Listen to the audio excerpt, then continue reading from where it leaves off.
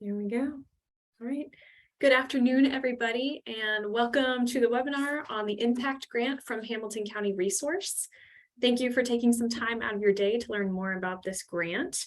And my name is Elise Earhart. I'm the Outreach Specialist for Hamilton County Resource today, and I will be monitoring and doing a little behind the scenes work and managing the questions in the background while our presenter is speaking. So before I introduce the presenter, I'd like to go through a couple housekeeping tips that I'm sure most of you have heard before if you've been on a webinar, but right now you are all muted and video is off, so you don't have to worry about that. This webinar is being recorded, as you probably heard it start, and it will be posted, the recording will be posted later to Resources Grant webpage, and also it will be emailed out to all people on the grant's email contact list. If you are not on that contact list or are unsure, you can always email share separately or put your information in the chat and we can take down your email and send the recording to you as well. Please put your questions in the Q&A box at the bottom here for this presentation, and we will be answering them at the end. We'll save all the questions till the end. Chances are most of them will be answered, but if not, we'll go through all of them and make sure each one is answered after the presentation. All right, and now I am happy to introduce Cher Mooring, our Community Outreach Coordinator, and she will share all of the details of the Impact Grant. Take it away, Cher. Thanks, Elise. Good afternoon, everyone. So I'm going to be going through this presentation probably kind of fast, but just know that pretty much all this information is in the grant packet that we have available for everyone to look at. But we will be sharing this, like Elise said, so you'll have multiple opportunities. So don't stress if you miss something. So just to start, the purpose of this grant is to reduce waste going to the landfill that's generated here in Hamilton County. The activities don't have to happen in Hamilton County, but it does have to reduce waste that's generated in Hamilton County. Some examples of potential projects are multifamily dorm waste reduction, so maybe a reuse room or a lending rooms, and possibly a pantry for surplus food, or a recycling composting program. Surplus food redistribution, so those are things that it could be prepared food that isn't going to be used at an event, maybe a caterer prepared too much food. It could be from a grocery store where they need to rotate stock and the food's still perfectly good. So those are some ideas. Takeout container reuse. So we've definitely seen a lot more takeout containers since COVID, and there are some other communities that the restaurants get together and they figure out a way to have reusable takeout containers that can be returned and washed and used again. That could also be something at a DORA district, so those outdoor districts where you can go from one bar to another and take your drink with you. We'd love to see them using reusable cups for those and potentially cleaning them and using them again. Composting, so communities, leaf connect collection events, or maybe you provide compost bins for your residents to do it in their own backyard, or a food scrap drop-off program for your residents, something like that. And difficult to recycle programs. So if there's a material that isn't easy to recycle in your curbside recycling bin, we're looking at programs that would address those kinds of materials as well.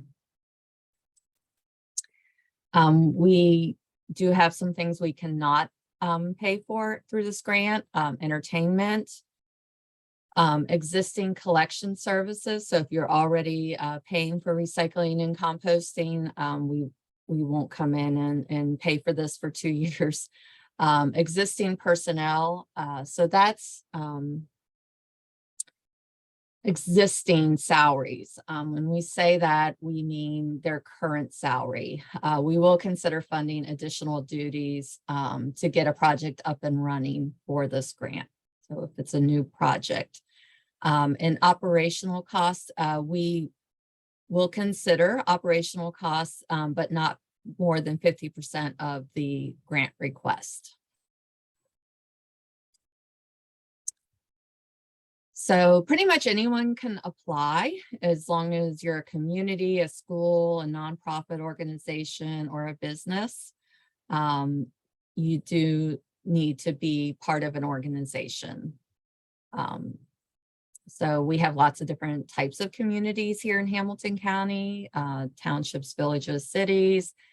For schools, it can be K-12 schools or universities, nonprofit organizations, pretty much anyone who can figure out a way to help divert waste from Hamilton County, and the same thing with businesses.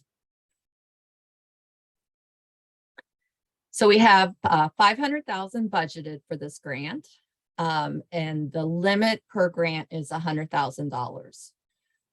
So you don't have to request the whole $100,000, but that is the limit to what we will consider funding. We do require a 25% match. And so that match for nonprofits, communities, and schools can be in kind, but it does need to be a cash match for any for-profit business. The timeline for us to administer the grant. So I will review draft proposals up till September 28th. So if you want some high-level advice, please submit it by then. Now that's not going to be checking spelling and grammar and things like that. It's really just looking at the project in general and the budget items and giving you some feedback on what I think will and won't go over. The last day to submit your proposal is October 19th. We will have a grant review committee then review the proposals and send to our policy committee on November 16th, the ones that they recommend funding. The policy committee does make the decision on whether or not they are funded, but and that'll happen on November 16th.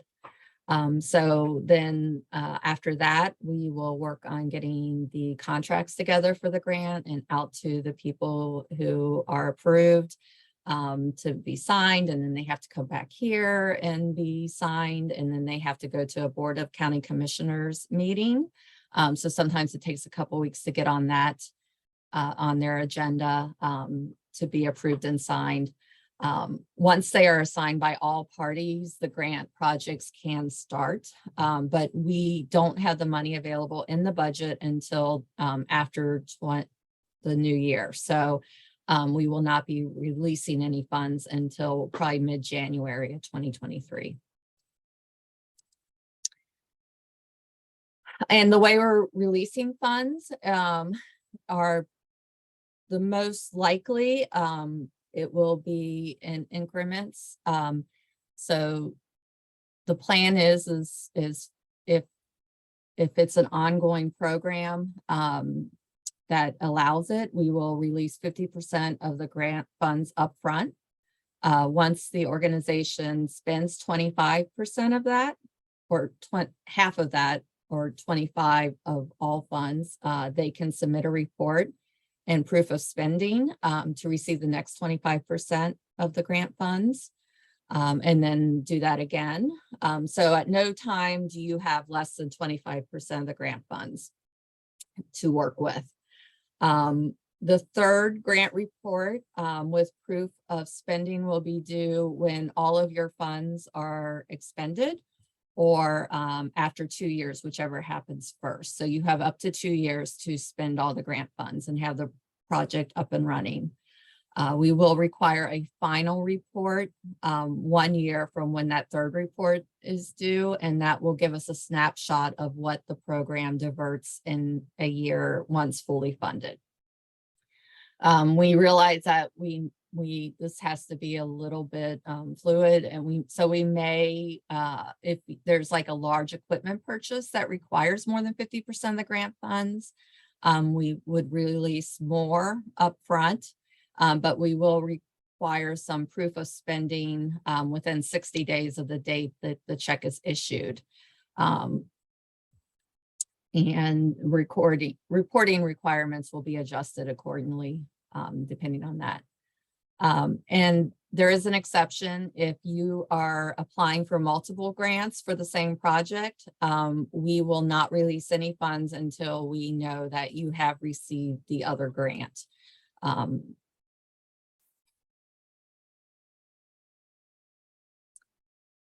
We have an equipment payback scale. So if you are purchasing expensive equipment, if you stop using it within the first year of the purchase of the equipment, you will owe us back 100% of that cost.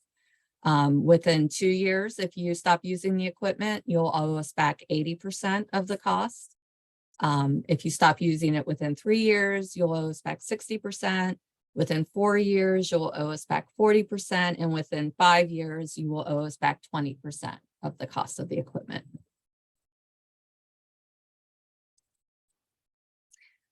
So here's some really important information. This is how we're going to, the grant review committee will be evaluating the proposals we receive. So 20% of the evaluation points will be on how good of a job you're going to be doing at diverting waste from the landfill. So how much waste will be diverted from the landfill. And we are going to be giving more points to people who are looking at waste reduction projects or doing waste reduction projects. So that's, for example, replacing single-use items with reusables. And then the next level down is reuse or repair. So that's reusing things as is. And then composting, recycling, and energy recovery. So you get more points for waste reduction. And then the next is reduce, reuse. And the last is basically recycling. 20% is if it is for how much material you're going to be diverting from the landfill, and or the number of people reached. And when we talk about the number of people reached, we mean in a way that changes their behaviors, something that hopefully that they will continue doing once, you know, so if it's like a public recycling program, you know, if they get used to recycling in public, we hope that that transfers to their home and the rest of their life. So those are the way we look at the people reached in these grants. 20%, which is really important to us, is that the project is sustainable. So like once the funding runs out, we want to know how you're going to continue the project. So if it's a situation where, you know, we're paying for compost to be hauled away to a commercial composting facility, we want to know how you're going to take over those costs once the grant funding runs out. That's an example. 10% for if the project serves disadvantaged or vulnerable communities, or you're on resources target community, one of resources target communities of Reading and North College Hill this year. So it's kind of up to you to tell us how this is going to serve disadvantaged or vulnerable communities. So giving us whatever information that you might have to help us determine that that's the case. 10% for that. Basically, the applicant demonstrates the ability to complete the project in a cost-effective manner. So we're looking for that you've looked into ways to do this as cost-effectively as possible, and that the plan seems viable. The proposal is complete and easy to understand. So we like detailed information on all items in the budget, and that all requested items in the budget are essential to the project. So I don't recommend that you just add fluff to it to get up to $100,000. If your project, all the essential items are only come up to 88,000, then I would stop there.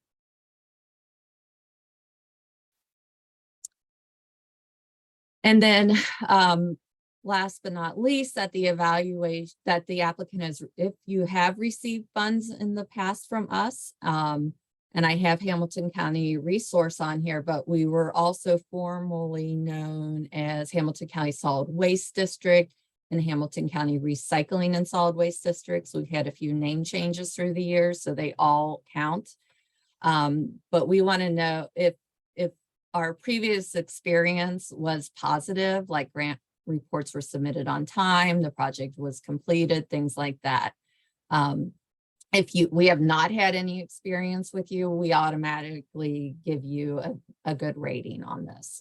But if you have received grants from us in the past, then we will look back at those grants and see that, make sure it was a positive experience and adjust our evaluation points accordingly. So writing the proposal, there's a proposal cover sheet. You just fill in the blanks. Project description, just describe the project, objectives. This is a good place to identify who will be served by this and whether or not they are a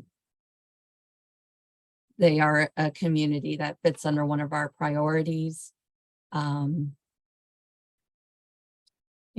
an overview of success of projects in the past.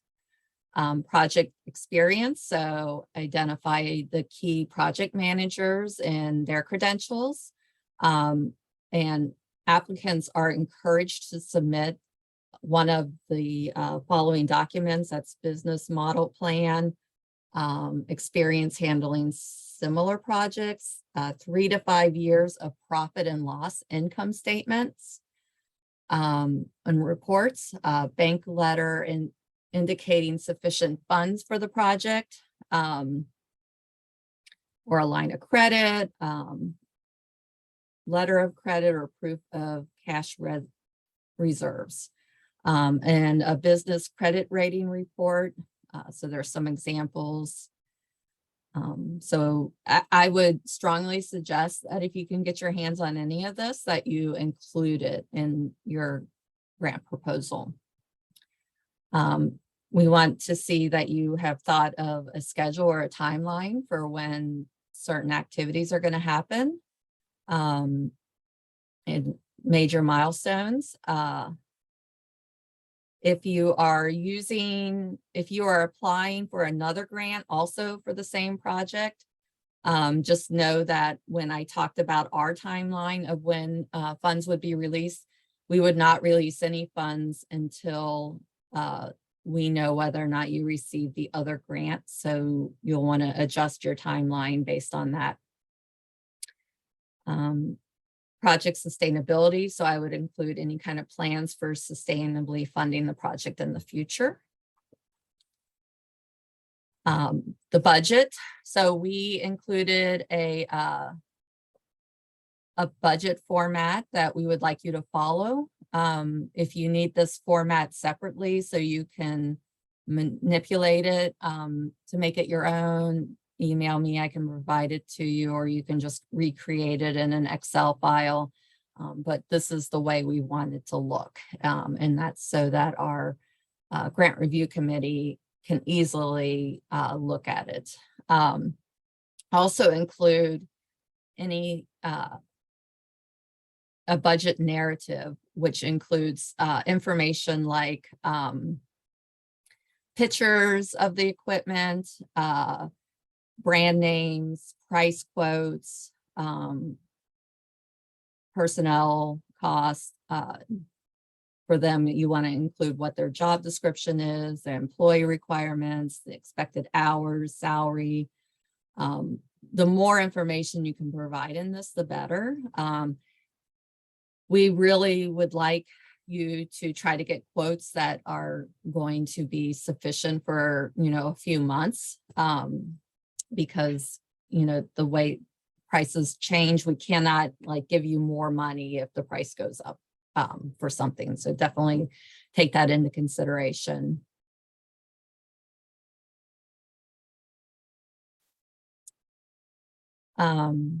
Project results. So this is how much material you intend to divert from the landfill and how many people you believe you will reach. Provide some kind of basis for this estimate too, just so we know that you didn't just pull a number out of the sky. Cooperating organizations. So make sure that you've talked to them and that you include their information in the grant proposal, and include a letter of support signed by the governing body of the cooperating organization. We want a letter of support from the governing body of the organization applying for the grant. It doesn't have to be the person that administers the grant, but we definitely want to know that they are aware that you're applying for this grant before we consider it. If you're a nonprofit organization, we also want your IRS certificate showing that you are nonprofit status. And then we will need a W-9 or a vendor registration form. There's a link to our vendor registration form on the last page of the grant packet that you can use. You can fill that out and send it back with us with the proposal. So the reporting, a lot of the number of grant reports that you're going to be required to submit really kind of depends on the incremental funding and whether or not it's for equipment or more operational expenses. But this is basically what we're going to want to know. We're going to want to know how much waste was diverted, how many people were reached, project update. And so that includes grant funds spent and matching funds spent and other grant funds that you have spent. And we need proof of payment for those items. So if an invoice is not sufficient, an order form, a packing slip, we actually need something that shows that you paid by credit card, in like the last 4 digits. A lot of times they'll have it XXXXX and then the last 4 digits of your credit card number. It can be a bank statement showing that the invoice was paid. It can be a canceled check. So a check that shows that someone actually cashed the check and you have a copy of that canceled check, but we do need that type of proof, that level of proof. So be very careful that you are collecting that information and saving it for when your reports are due. Again, if you are applying for multiple grants, no funds for the impact grant will be released until you're awarded the other grant.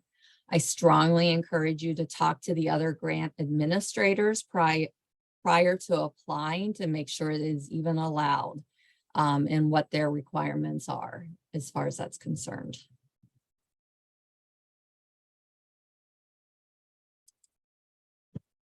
And that is the end of my presentation. This is my contact information. You can jot it down and you can email me if you have any questions. I really want to help people submit grants that we would want to fund. So I am happy to be available if you have any questions or need advice or just want to even brainstorm. If you are looking for connections to other organizations that you might be able to work with, we have a ton of knowledge here in our office of people who know what's going on around the community. We can try to help you get in touch with those other people. But we definitely want to help in any way possible to come up with some really good projects that divert a lot of waste. And I can take questions now. Okay, sure. So question from Kelly Hibbett is, they are in the process of working with the city and Keep Cincinnati Beautiful to create a new anti-litter and sustainability mascot. And a lot of that work will involve education and awareness. So would development of curriculum and educational materials be something that the grant could fund? I don't see why not. As far as litter is concerned, though, that is not one of our priorities. I will say that. So the litter would not rate high. But potentially other parts of like waste reduction related Yes. stuff would rate. Okay, so it just depends. Yeah, well, I would say the litter part is not something we would be interested in funding. But yeah, the waste reduction and the education on waste reduction we would. Okay. And then Marie has asked, if a project requests funds for 2 or more pieces of equipment that cost more than 50% of the funds, would you release those funds for all equipment at once, or would you release those funds incrementally?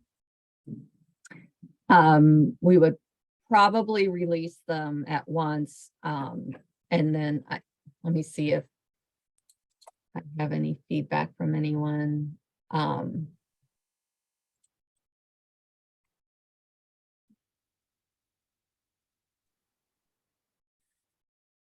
So would both pieces of equipment be, if they're both going to be purchased together, I believe we would release them at once, but we would require proof of spending within 60 days.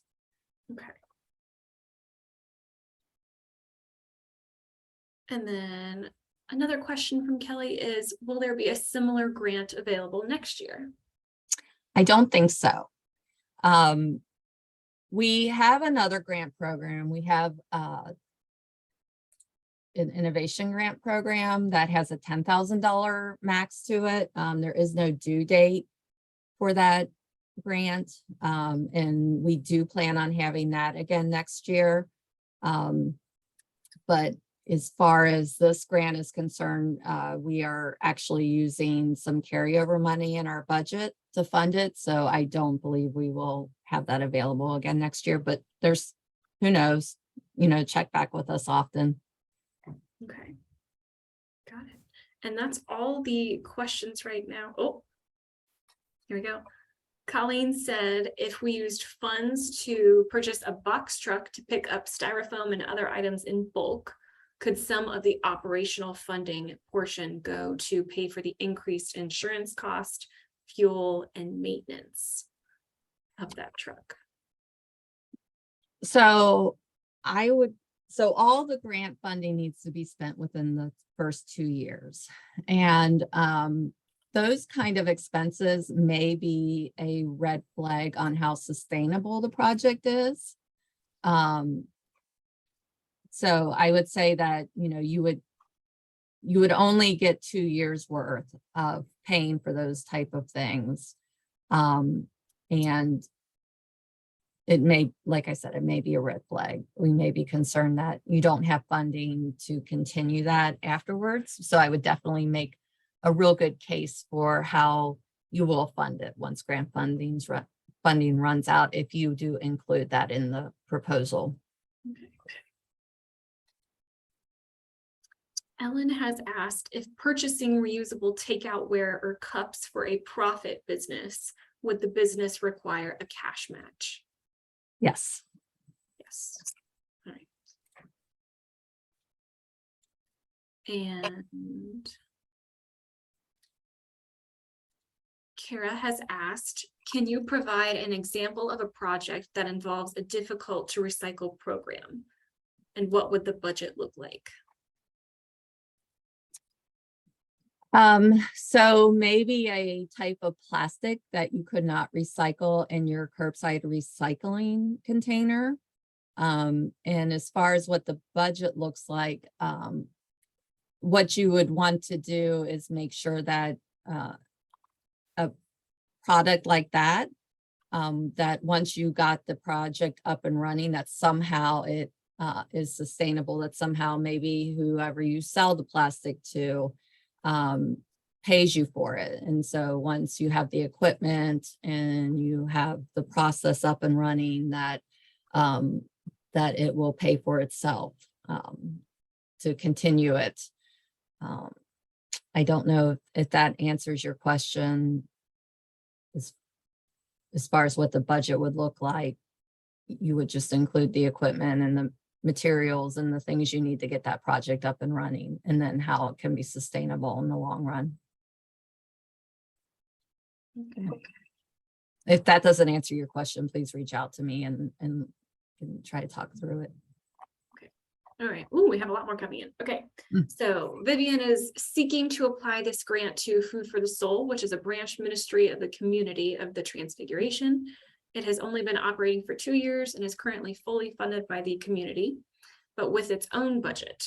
So the documentation for its budget can be provided, but it doesn't have 3 years net profit or loss and some of the other recommended paperwork. So Food for the Soul is a food rescue and pantry ministry currently operating out of a small outdated kitchen and using a mobile pantry van that belongs to Valley Interfaith. They would like to purchase their own van as a mobile food pantry, getting it refrigerated and branded for their needs. Okay, Vivian, I'm not sure, were you asking, maybe you weren't done. Oh, sorry, okay.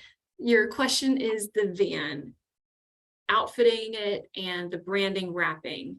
Okay, so can the van, those details of the van be included in the grant funding? Okay. Sure, did you catch that? Yes. Yes. So advertisement is something that you can request funding.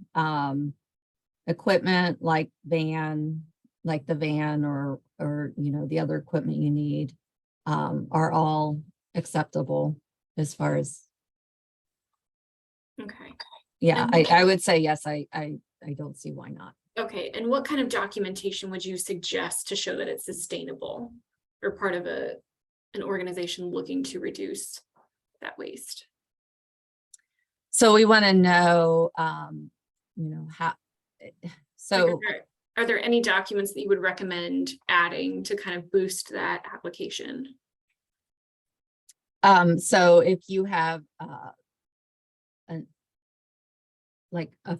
operating fund, like that you, I would say like any kind of bank statement or something, or not bank statement, but the information that we required or are asking for as far as showing that you are financially able to meet that match and run this program, and that so an example of something that from a previous grant is we had a community apply for a grant to have compost hauled for their residents, and they promised to put it in their budget for the following year once they got an idea of how much funding that took. So it would be part of, looks like we have someone else potentially coming in to discuss that.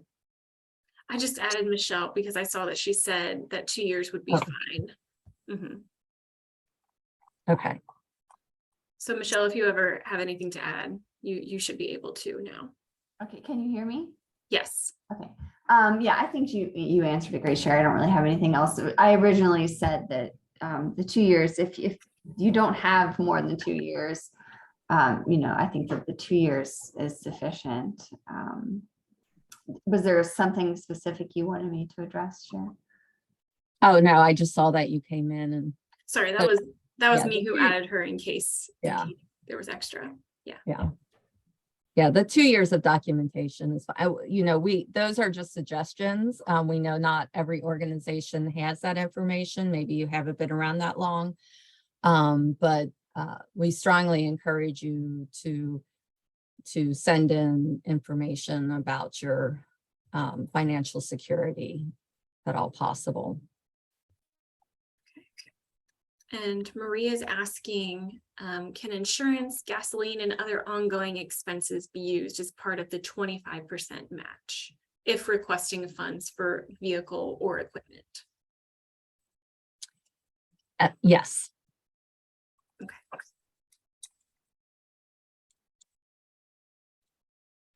All right, and I believe there's a couple more in the chat. Okay, Chris is asking, would these funds support installing a water tap to support a skid steer operated composting program? A water tap. So Yeah, access to city water so that you could water the compost. Is that what you're asking? yeah, to help to support the skid steer operated composting program.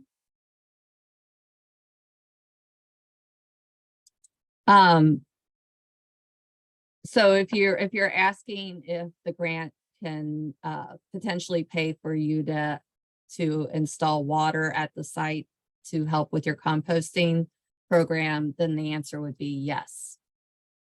Okay. And Chris says yes, watering the compost. Okay. There we go. Thanks, Chris. Okay, and in here, Mary is asking she wants to know more about in-kind matches. Mary, if you want to get a little bit more specific about what details you're looking for, that might be helpful.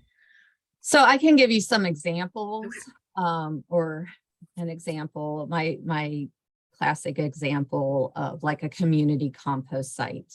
And maybe you have volunteers at a community garden that help turn the compost and harvest the compost. And so those volunteers, you can count their hours based on a reasonable rate of what, a salary would cost to pay someone to do something like that.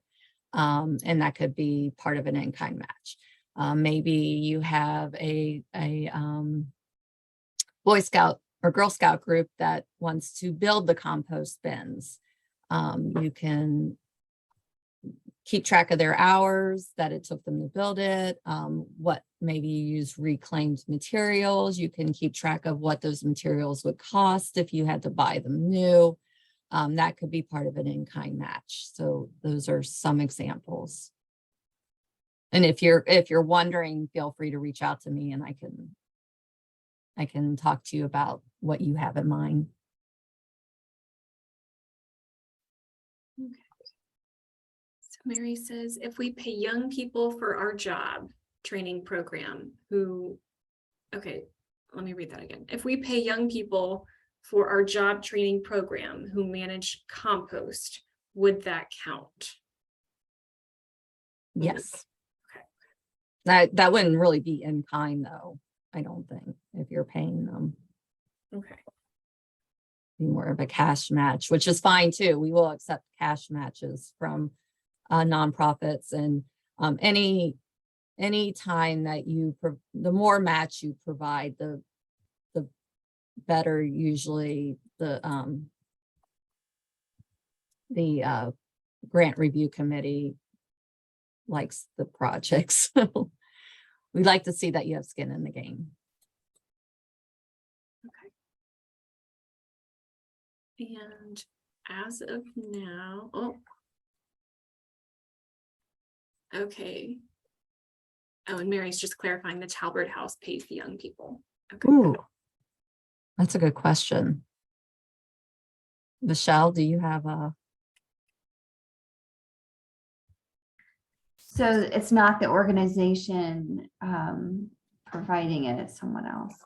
I think in that case, it would be in kind. I mean, there's still value to their labor, right? That's pretty easy to document. But if it's not the organization, then I think you're right, it would be in kind. But would we accept that as an in-kind match?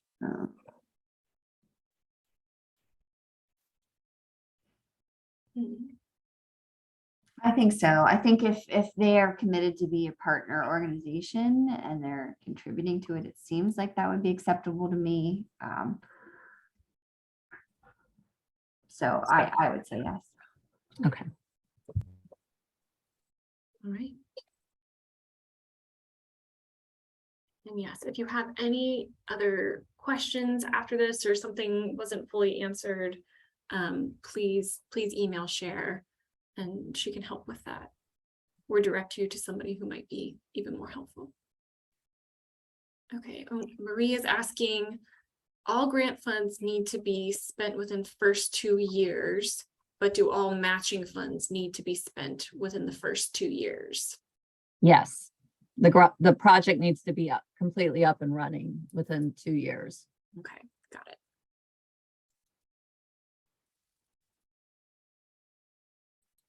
All right. So far, that is the end of questions.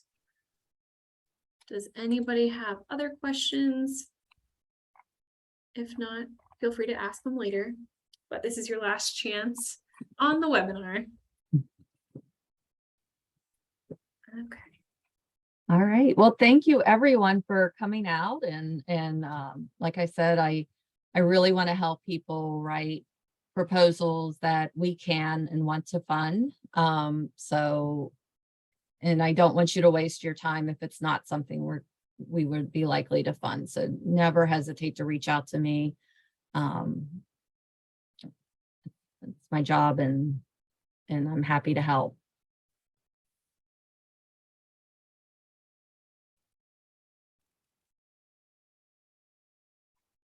All right.